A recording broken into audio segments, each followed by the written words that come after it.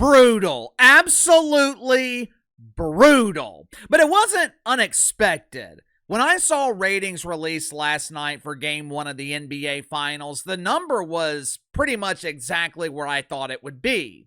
After an amazing run through the playoffs, the NBA could potentially close the season with a wet fart. Although this series is very compelling for basketball purists like Uncle KC, it was never going to be appealing to the masses, the casual viewer. And that's who the NBA needs. That's who the NBA needs to draw ratings. That's who the league needs to justify this exorbitant new TV deal. But there was no way they were going to get the casual viewer for the first game of this series. I highly doubt they get them for Game 2 either. But KC, Game 1 was amazing! Surely there will be increased interest in Game 2. Maybe. They might go from 9 million to over 10 million, but it's not going to be a drastic increase. Before the series started, I thought the NBA would average 10, 12 million viewers for the finals, and that's probably exactly where they're going to fall. Now, that being said, I did not expect ratings for Game 1 to be this bad. I didn't expect them to break records. I didn't expect the audience for Game 1 to be the smallest in the history of the league. Outside of the COVID years in 2020 and 2021, the 8.9 million in Game 1, lowest in NBA history. But Adam Silver, he does not care. Adam Silver doesn't give a damn about TV ratings. Matter of fact, he's tired of talking about them, which is a common response from people who struggle in that department. Adam Silver, he spoke with the media before Game 1 and he was asked about NBA ratings. I'm tired of fans asking me about the ratings. How come they're not asking about the quality basketball? It's not fair.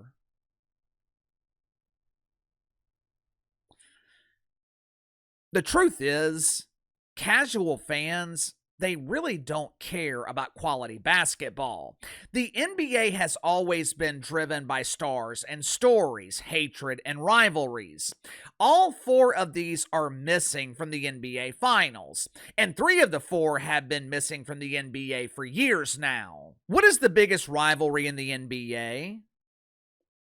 Name 2 players in the NBA who hate each other. What was the storyline going into the NBA Finals? The week leading up to the series, no one was even talking about it. Biggest story in the NBA this past week was the firing of Tom Thibodeau.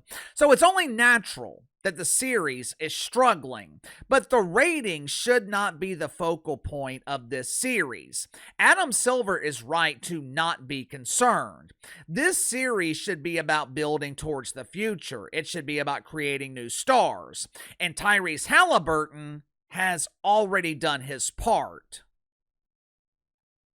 Make sure to like and subscribe. You can follow me on Twitter at KC_BTL84. Link to the main channels in the description below. The NBA cannot come out of this series without building a new mainstream star. To me, Tyrese Haliburton is the only option. No disrespect to SGA, but he's just not that interesting. The Thunder as a team aren't that interesting, but that does not mean they can't be useful. The Oklahoma City Thunder are the perfect villain. Lou Dort is one of the dirtiest players in the league. If you don't believe me, watch his feet when he's shooting threes.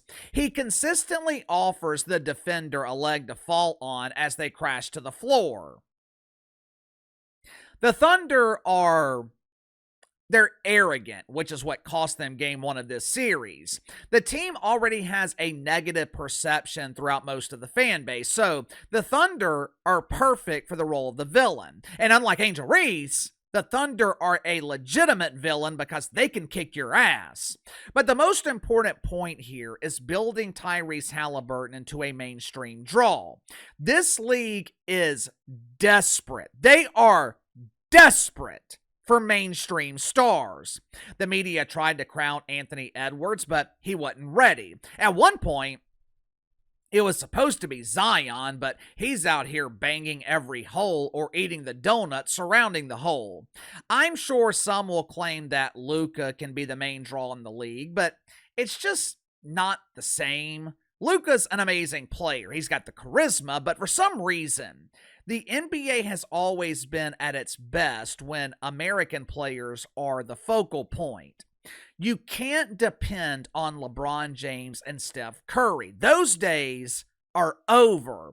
LeBron's going to be 41 years old, and Steph is clearly on the decline. Not to mention the fact that neither one of them made it past the first round. LeBron was bounced in the first round, and Steph Curry, he was injured early in the second round. Jalen Brunson's a great player, but the Knicks will always be the main draw.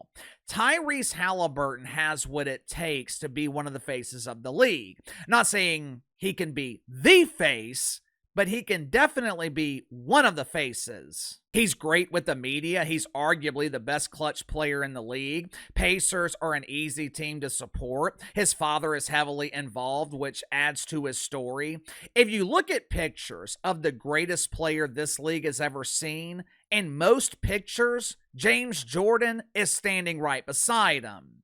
This is the NBA's opportunity to build towards the future.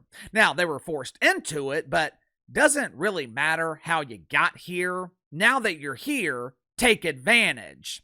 Of course, it would be a hell of a lot better if TNT or NBC was covering the NBA Finals or any network not named ESPN, but they can't let this opportunity go to waste. Win or lose, Tyrese Haliburton has to come out of this series as one of the main stars in the NBA.